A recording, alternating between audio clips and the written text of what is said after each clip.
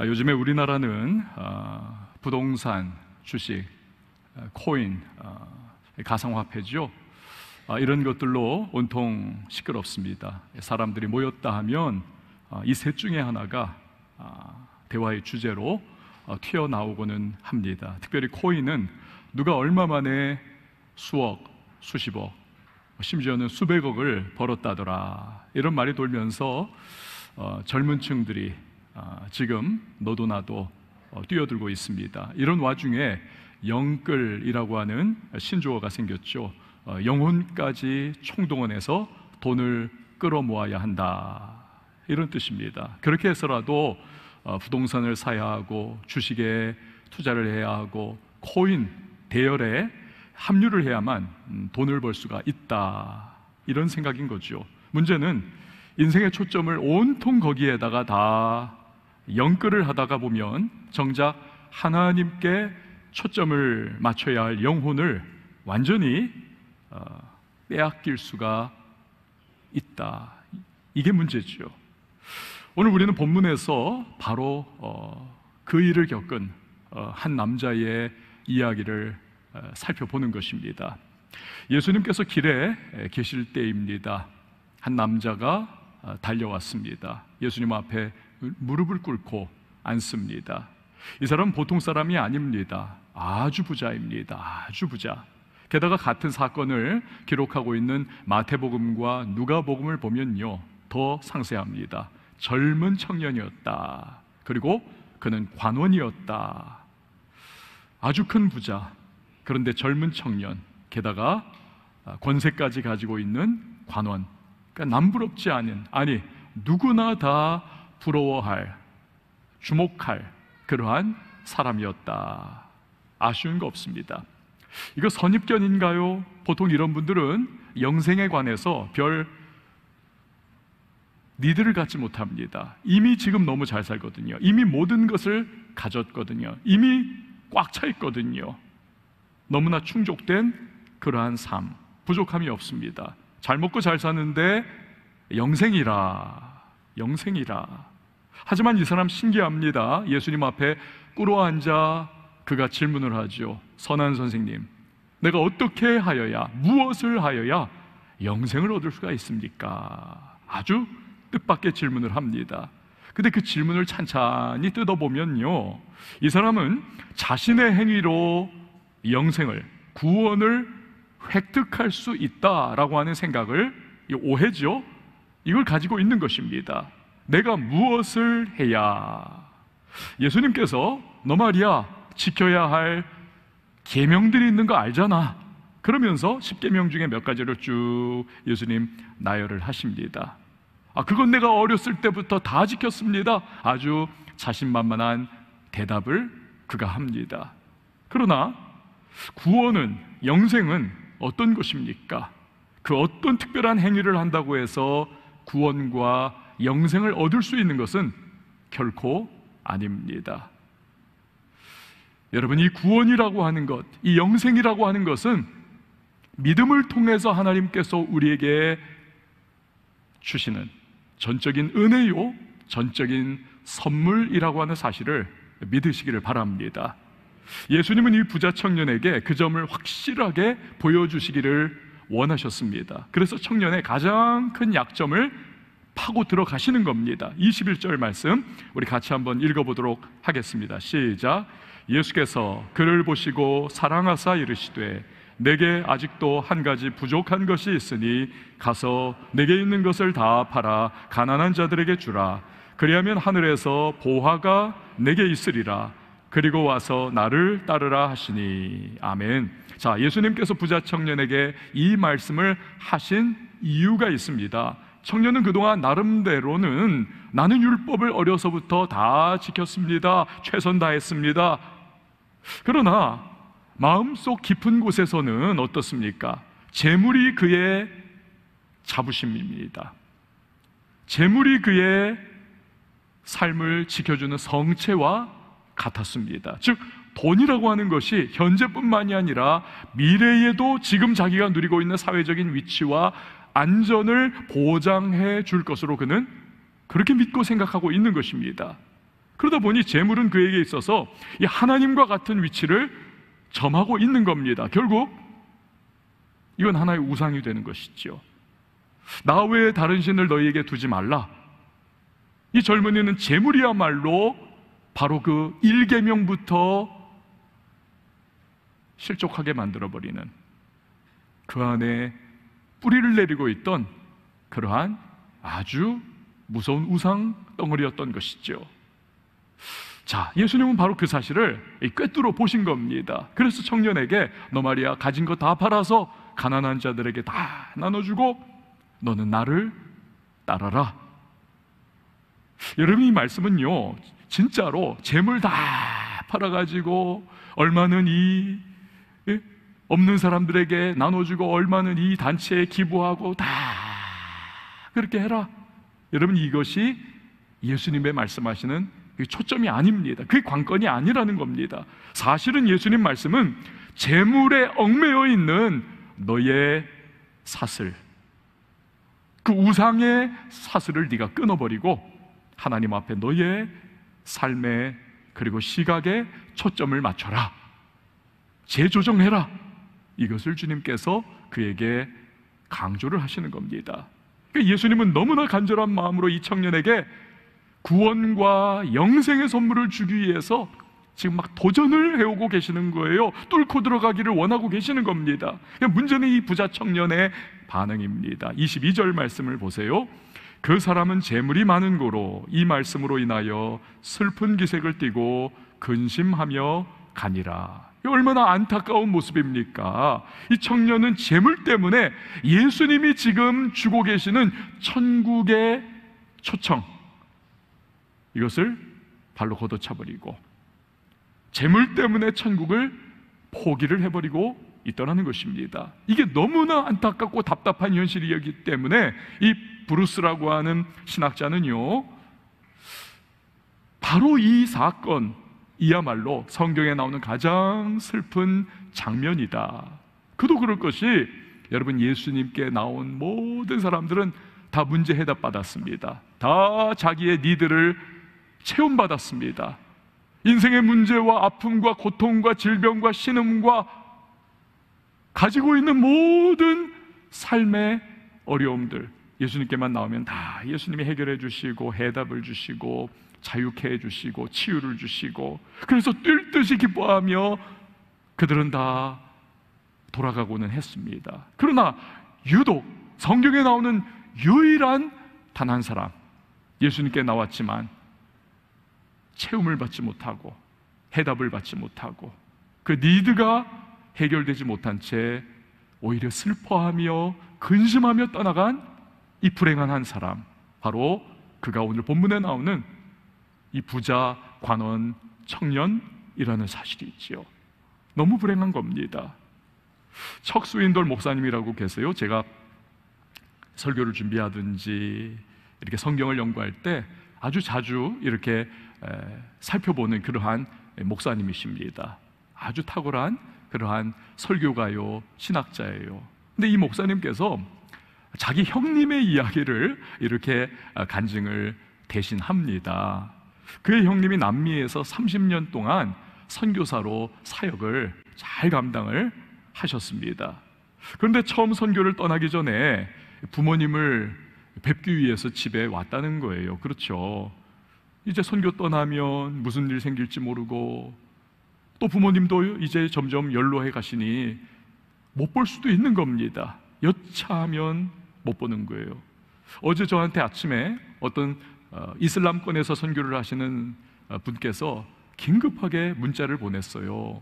목사님, 혹시 제가 2주 동안 격리할 수 있는 그러한 공간이 선교관에 있을까요? 내용인즉슨 이 어머님께서 말기암 판정을 요 며칠 전에 받으셨다는 겁니다. 그러니까 누님이 긴급하게 문자를 보냈다는 거예요. 빨리 들어와라, 빨리 들어와라. 왜냐하면 이분이 지난 25년에서 30년 정도를 해외에서 선교사로 사역을 하다가 아버님 소천하실 때도 임종을 지키지를 못한 겁니다. 그게 너무너무 가슴 아팠는데 어머님께서 이제 연로하신 그 상황에 말기암 판정을 딱 받아버리니까 언제 돌아가실지 모르는 겁니다. 빨리 들어와라. 그래서 불이 나게 들어온 겁니다. 여러분, 이게 선교사들의 삶입니다. 사랑하는 부모님의 마지막 모습도 못 볼 수 있는 것. 그리고 이 척수인들 목사님의 형님도 그럴 가능성이 있으니 이제 부모님께 찾아와서 인사드리고 식사하면서 대화 나누고 그리고 이제 떠나려고 하는 그런 상황. 근데 문제는 아버지입니다. 이 아버지가 어떤 분이냐 하면 이런 분이에요. 너희들 말이야, 인생이라고 하는 것은 완벽하고 철저하게 계획을 세워야 하는 거야. 알겠어? 이게 그 아버지의 모토라는 것입니다. 그 아버지가 이 믿음이라고 하는 것을 이야기할 때는 유일하게 언제냐 하면 플랜 A, 플랜 B, 플랜 C, 뭐 플랜 Z까지 다 해봤지만 안 되고 벽에 가로막히고 그냥 더 이상 손 쓸 방법이 없을 때 그제서야 믿음이라고 하는 것을 한번 꺼낼까 말까. 교회는 물론 다녀요. 그런 아버지입니다. 저녁 식사를 마쳤습니다. 그러니까 아버지가 이 선교사 이제 아들에게 묻더라는 겁니다. 너 말이야 이제 남미로 선교 간다며. 그러면 너 재정 계획 다 세웠냐? 돈 다 준비했냐? 그런 거 안 했는데요? 이 아들이 싱글싱글 웃으면서 이야기를 합니다. 그자 이 아버지가 아주 그냥 머리에 이 쥐가 나는 거예요. 자기의 삶이 그 궤적이 그리고 아들들한테 계속 했던 말인데 이 준비를 안 했다는 겁니다. 아무것도 없다는 거예요. 너 말이야 지금 자식들도 데리고 가고 아내도 데리고 가정이 다 남미로 전혀 모르는 곳에 가서 선교사역 평생 한다고 하는데 어떻게 너 돈도 준비 안 하고 너 그렇게 갈 수가 있느냐. 그러자 형이 미소를 지으면서 말을 하더라는 겁니다. 준비 없어요. 아버지 얼마나 흥미진진합니까? 이 아버지는 더 기가 막히는 겁니다. 막 울그락불그락 하고 있는데 그 모습을 바라보면서 이 형이 주머니에서 이렇게 동전을 딱 꺼내더니 이렇게 자기를 마주보고 앉아 계신 아버지한테 그 동전을 뚜루룩 굴리더라는 겁니다. 또르르 굴러가서 아버지 앞에서 몇 바퀴 이렇게 돌다가 툭 주저앉아 버렸대요. 그걸 아버지가 이렇게 물끄러미 바라보고 있는데 이 형이 저 이거밖에 없어요. 그랬더니 아버지가 아들한테 말하기를 야, 나는 정말 너를 이해를 못하겠다. 그랬더니 이 선교사 아들이 정색을 하고 아버지 눈을 바라보며 이야기를 하더라는 겁니다. 아버지는 절대로 저를 이해하실 수 없을 거예요. 오래전에 수십 년 전에 자기 형님과 자기 아버지 간에 있었던 이 에피소드를 이 척수인돌 목사님이 끄집어내서 거론을 한 다음에 그가 이런 이야기를 합니다. 그렇게 남미에 갔던 우리 형님 30년 이상을 사역했지만 하나님께서는 시마다 때마다 공급해 주셨고 하나님께서는 그의 자녀들 다 교육시키고 대학 보내고 장성해서 시집장가 보내도록 그렇게 다 주님의 필요를 채우시는 은혜를 공급해 주셨고 사람들 붙여주셨고 필요하면 돈도 공급해 주셨고 하나님께서는 아무것도 부족함 없이 하나님은 모든 것을 풍족하게 채워주셨습니다. 그런데 반면에 이 아버지께서는 늘 자신이 모든 것을 다 해야 한다는 생각으로 평생을 여전히 그렇게 살아가시면서 단 한 번도 하나님을 신뢰하는 기쁨이 무엇인지 그 과정 속에서 하나님께서 놀랍게 채워주시는 그 간증을 단 한 번도 경험하지 못한 채 물론 예수 믿고 교회는 다닌다 하지만 그냥 그렇게 삶을 마무리 지으시더라는 것입니다. 저는요 오늘 이 본문에 나오는 부자, 관원, 청년의 이야기를 지난 한 주간 동안 이렇게 묵상하고 고민도 많이 하고 그러다가 집에서 그런 생각을 했어요. 이 부자, 관원, 청년은 오래전에 있었던 어느 한 사람이 아니다. 이게 바로 나구나. 그리고 이것이 수많은 오늘 이 시대를 살아가고 있는 크리스찬들의 모습이구나. 우리 예수 믿습니다. 우리 교회 다닙니다. 우리 믿음이 없는 것 아닙니다. 있습니다. 그러나 우리 마음속에는 불안이 있고 걱정이 있고 재물과 돈과 물질에 대한 막 갈등이 이 머릿속을 꽉 채우고 있지 않습니까? 앞날은 어떡하지? 이 자식들은 이거 어떻게 교육시켜야 하지? 야, 이거 돈이, 나 이제 다 떨어져 가는데 이거 어떡하지?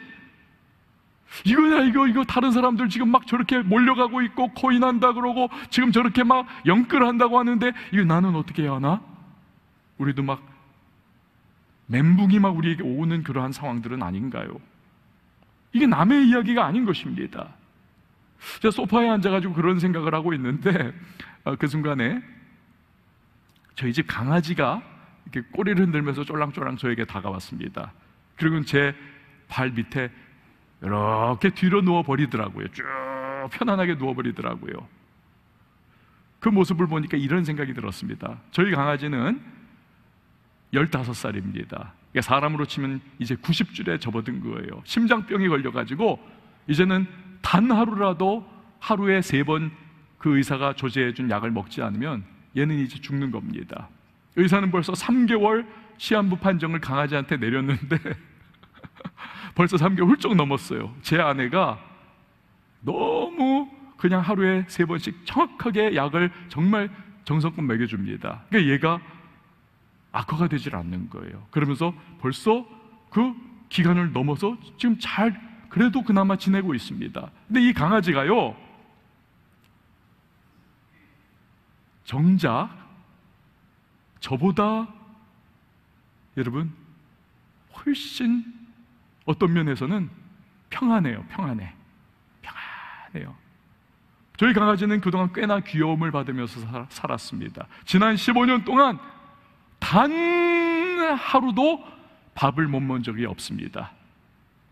그렇다고 저희 강아지가 열심히 일을 해가지고 밥을 벌어온 것도 아닙니다. 나 어떻게 살아야 하지? 그런 고민한 적 한 번도 없습니다. 우리 집 강아지라고 하는 이유 하나 때문에 얘는 그냥 다 공급받는 것입니다. 15년 전에 어느 밤 저 대학동에 있는 어느 초등학교, 제가 그 초등학교 이름은 까먹었는데 그 초등학교 앞에서 이 강아지를 이제 입양 보내는 그 주인애가 돈을 얼마 주고 이 강아지를 샀던 그날부터, 이 강아지가 우리 울타리 안으로 들어온 그날부터 이 강아지는 저희의 지극한 정성과 사랑을 받으면서 풍성하게 먹고 때를 따라서 미용도 해주고 여기 머리 이렇게도 해주고 쪼매주고 온갖 귀여움 다 받으면서 지금까지 15년 세월을 보내왔습니다. 저희 아이들 꼬마 때부터 다 이제 대학교 들어간 그러한 과정을 다 이 강아지는 겪었어요. 지금도 최선을 다해서 돌보고 있습니다. 근데 여러분, 정작 저 자신은 저보다 훨씬, 주인인 이 강아지한테 주인인 저보다 훨씬 저에게 있어서 훨씬 더 저를 잘 아시고 저를 사랑하시고 저를 위하여 모든 것을 해주시는 정말 전지전능하신 하나님을 저는 아버지로 두고 있으면서도 제 안에는 걱정이 많고 제 속에는 염려가 많고 불안도 많고 미래에 대한 고민도 많고 안전감에 대한 두려움을 가지고 저는 살아가는 그 모습을 저에게서 보는 겁니다. 여러분, 그렇다면 이거 정말 뭔가 크게 잘못된 거 아닙니까? 심지어 무슨 생각이 들었냐면 우리 강아지가 나보다 믿음이 더 좋다, 그 생각이 드는 거예요. 그 생각이 정말. 저희 강아지는 한계투성이인 주인인 저를 믿고 편안한데 저는 완벽하시고 전능하시고 저의 아버지 되시는 하나님을 저는 제대로 못 믿는 것 같은 그 불안과 염려와 걱정 이런 거에 휩싸여 살아가는 저의 모습을 보는 겁니다. 여러분, 마태복음요 6장 24절에서 30절을 보면 우리 예수님께서 이런 말씀하시죠. 여러분 잘 아는 구절입니다. 좀 긴데 제가 쭉 읽어볼 테니까 눈으로 한번 따라오세요. 한 사람이 두 주인을 섬기지 못할 것이니 혹 이를 미워하고 저를 사랑하거나 혹 이를 중히 여기고 저를 경히 여김이라. 너희가 하나님과 재물을 겸하여 섬기지 못하느니라. 그러므로 내가 너희에게 이르노니 목숨을 위하여 무엇을 먹을까 무엇을 마실까 몸을 위하여 무엇을 입을까 염려하지 말라. 목숨이 음식보다 중하지 아니하며 몸이 의복보다 중하지 아니하냐. 공중의 새를 보라. 심지도 않고 거두지도 않고 창고에 모아들이지도 아니하되 너희 하늘 아버지께서 기르시나니 너희는 이것들보다 귀하지 아니하냐.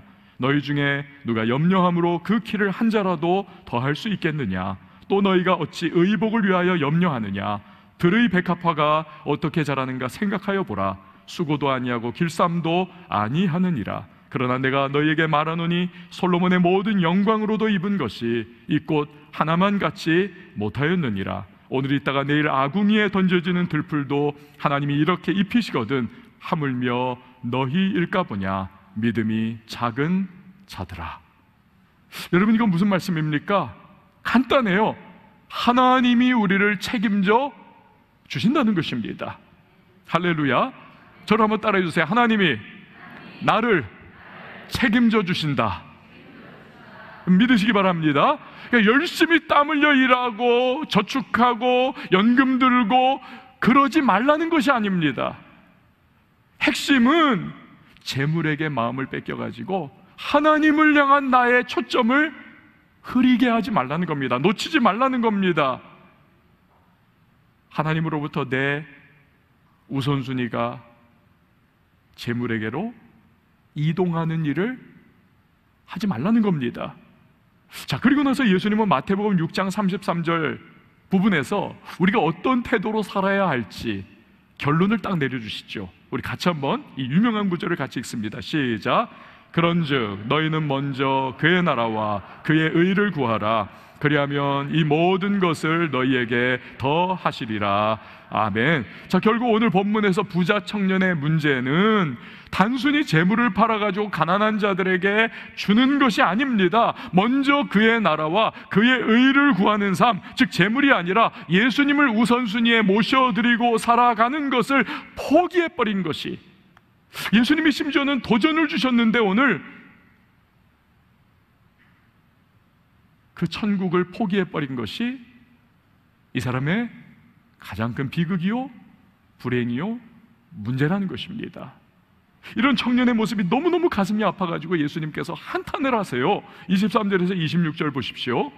예수께서 둘러보시고 제자들에게 이르시되 재물이 있는 자는 하나님의 나라에 들어가기가 심히 어렵도다 하시니 제자들이 그 말씀에 놀라는지라. 예수께서 다시 대답하여 이르시되 얘들아, 하나님의 나라에 들어가기가 얼마나 어려운지 낙타가 바늘 귀로 나가는 것이 부자가 하나님의 나라에 들어가는 것보다 쉬우니라 하시니 제자들이 매우 놀라 서로 말하되 그런즉 누가 구원을 얻을 수 있는가 하니. 부자가 천국 들어가는 것이 낙타가 바늘귀에 통과해서 나가는 것보다 더 훨씬 어렵다. 여러분, 부자가 천국 가기 어렵다고 하시니 말씀에 제자들이 지금 막 소스라치게 경기를 하듯이 놀라고 있습니다. 이거 왜 그렇습니까? 이 당시 유대인들은요, 부자는 어떤 존재냐? 하나님의 어마어마한 축복과 은혜에 사로잡혀 있는 사람이다. 그도 그럴 것이 믿음의 조상인 아브라함, 부유하지 않았습니까? 왕들의 필적한 그런 부유함을 가지고 있었죠. 이삭 마찬가지, 야곱 마찬가지, 요셉 마찬가지, 다윗 마찬가지, 솔로몬 마찬가지, 욥도 마찬가지. 그러니까 굵직굵직한 그러한 믿음의 사람들마다 다 부유한 삶을 살았다. 그러니 부자는 하나님의 은혜와 축복이 그냥 쏟아부어지는 사람이다. 당연히 천국 행티켓 이건 따놓은 사람들이다. 그런데 예수님께서 부자가 천국 들어가는 것이 낙타가 바늘귀로 빠져나가는 것보다 어렵다, 이건 뭐 불가능하다는 것과 비슷한 거죠. 그러니까 뒤집어지는 겁니다. 그렇다면 그럼 우리 같은 필부들은 도대체, 어부노릇이나 하면서 근근히 먹고 사는 우리는 도대체 그럼 어쩌라는 겁니까? 우리는 천국 못 들어간다는 얘기 아닙니까? 하면서 막 그냥 난리법석이 난 거예요. 이에 대해서 예수님께서 이제 27절에서 말씀을 하시는 겁니다. 우리 같이 한번 읽어보시죠. 시작. 예수께서 그들을 보시며 이르시되 사람으로는 할 수 없으되 하나님으로는 그렇지 아니하니 하나님으로는 다 하실 수 있느니라. 아멘. 자, 이 말씀을 통해서 예수님은 결국 제자들에게 뿐만이 아니라 처음에 부자 관원 청년이 질문했던 것에 대한 답을 주고 계시는 겁니다. 즉, 사람은 그 어떤 행위로도, 그 어떤 자격으로도 구원을 획득할 수 없지만 하나님께서 하시고자 하신다면 믿음을 넣어주시고 은혜를 주셔서 그 누구라 할지라도 얼마든지 천국 백성이 될 수 있도록 구원의 능력을 베풀어 주신다는 것입니다. 염려하지 말아라. 너의 우선순위를 주님께 맞춰라. 네 마음이 다른 것에 빼앗기지 않도록 너의 마음의 왕좌에 하나님께서 좌정하시도록 그렇게 이 말씀하고 계시는 겁니다. 결국 여러분, 오늘 본문에서 천국을 포기한 부자 청년, 그리고 이 천국에 대해서 오해한 제자들과의 대화를 통해 예수님 내내 말씀하시는 것은 뭡니까? 그 어떤 것도 하나님과의 관계보다 우선되어서는 안 된다. 우선순위, 최우선순위는 하나님이 되어야 한다는 것을 말씀하고 계시는 것입니다. 그러면 구원을 주시는 하나님과의 관계 속에서 하나님이 모든 것을 채워주시고 보호해 주시고 동행해 주시고, 그분은 선한 목자가 아니십니까? 우리 아버지가 아니십니까? 걱정 말라는 것입니다. 우리 교회에 나오시는 이 어느 지체 장애인 집사님이 한 분 계세요. 이분은 이제 장애인이어서 이 신체 이 발달이 늦어가지고 이 초등학생보다 몸이 작습니다. 전동 휠체어를 타고 늘 다니시는 분이세요. 저 경기도 외곽에 사시기 때문에 우리 교회 오시려면 1시간 이상을 전동 휠체어 타고 전철 타시고 또 갈아타고 이러면서 어렵게 우리 교회를 오십니다. 근데 이분이 이제 예배를 끝나고 제가 이제 뒤로 가가지고 이렇게 딱 마주치면 하면서 얼마나 좋아하는지 몰라요. 저하고 악수를 하면 이 제 손을요, 이 조막손으로 제 손을 잡아가지고 막 그냥 얼굴에 막 비비세요. 막 제가 볼 때는 우리 교회에서 그 집사님이 저를 제일 좋아합니다. 분명해요.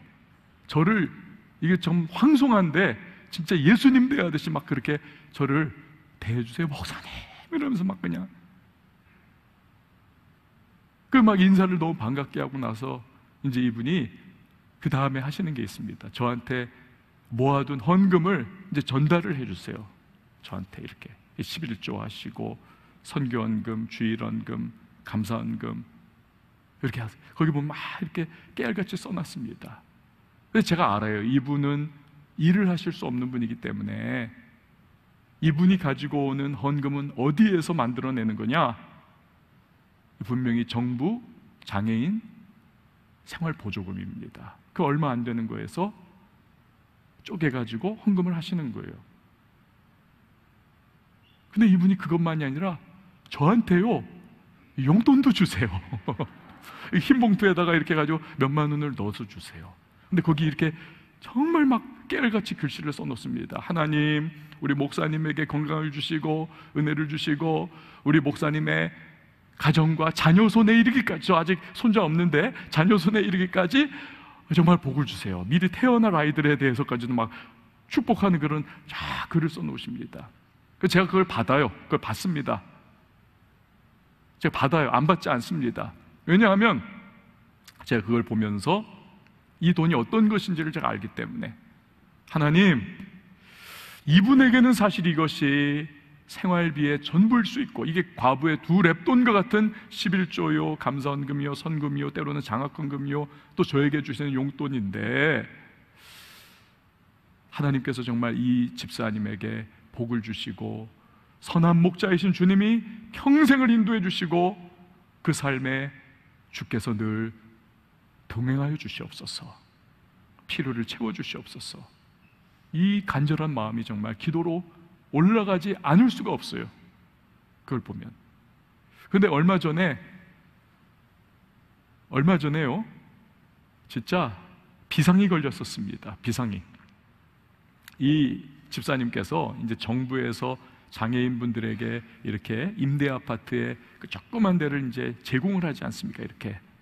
이분이 이제 거기 보증금 내고 들어가셔서 거기서 사시는 분이신데, 이분이 기도하시던지 하다가 하나님 앞에 헌금을 하고 쉬고 싶으셨던 거예요. 근데 돈이 없어요. 어떻게 이걸 만들 수 있을까?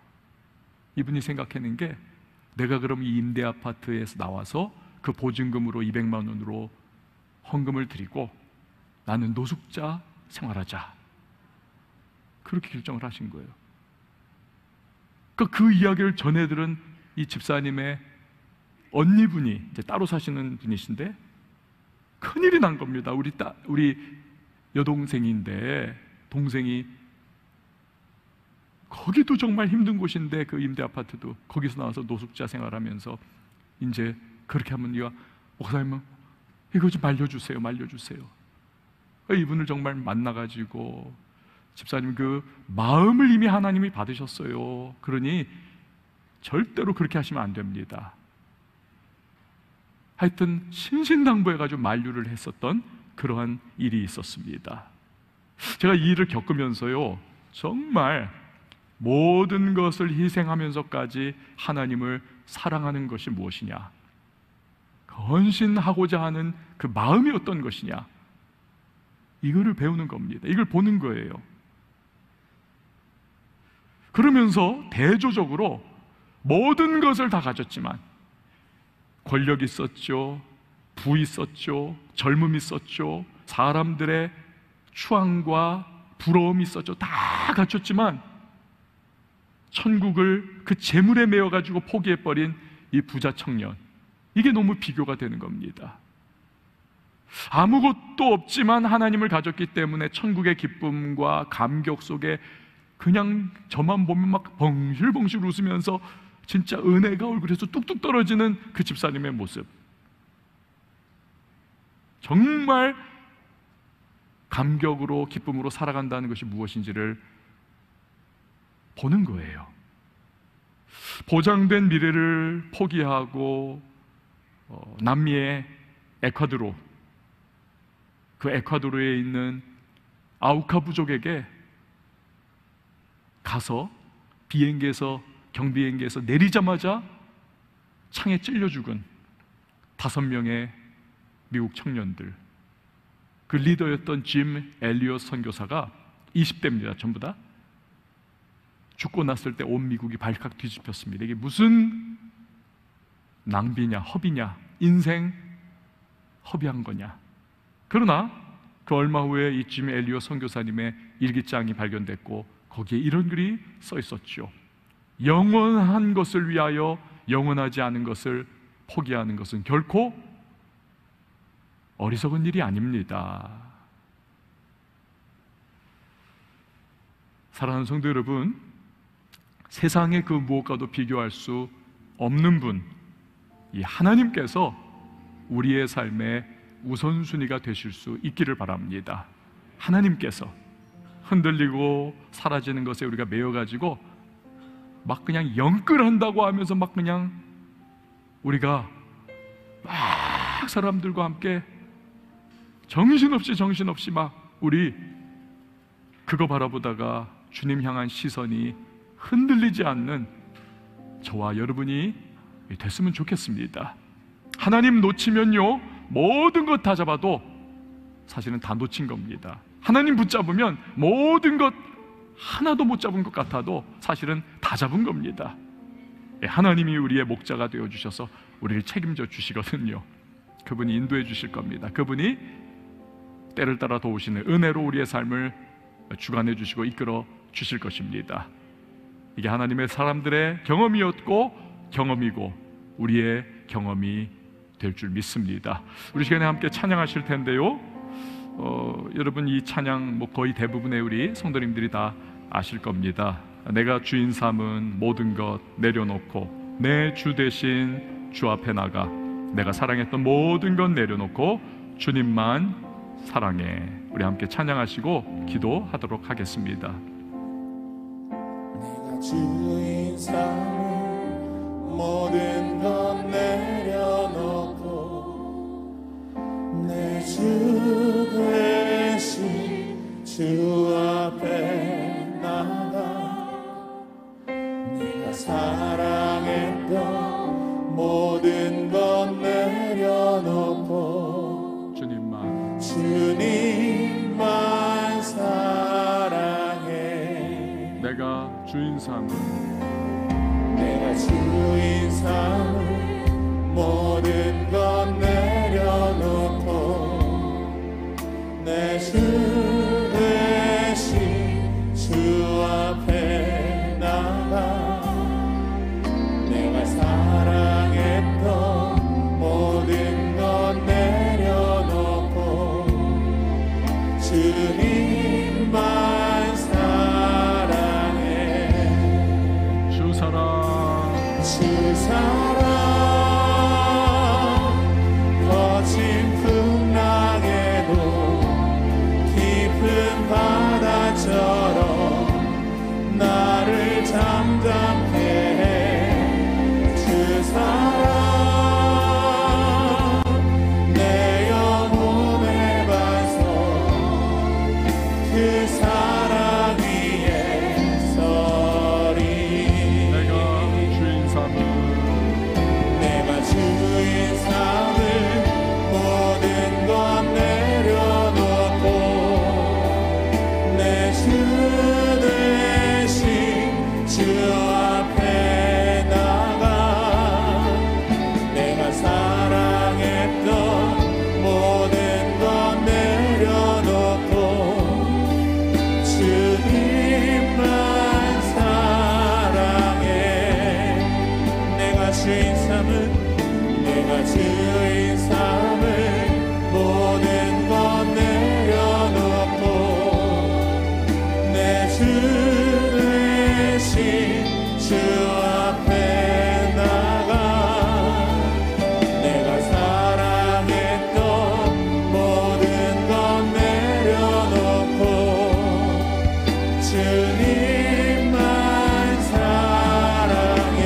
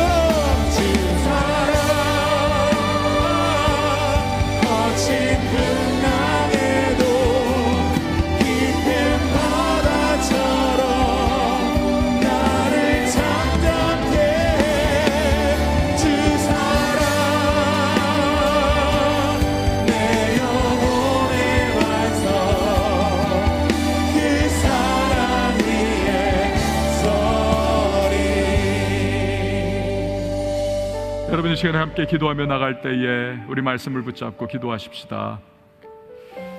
열심히 일하며 땀 흘려 수입을 벌어들이라는, 그거 놓으라는 것이 아닙니다.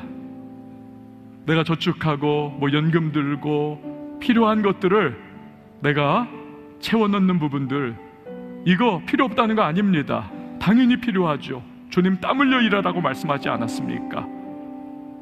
주님을 향한 시선이 흔들리지 않도록 하라는 겁니다.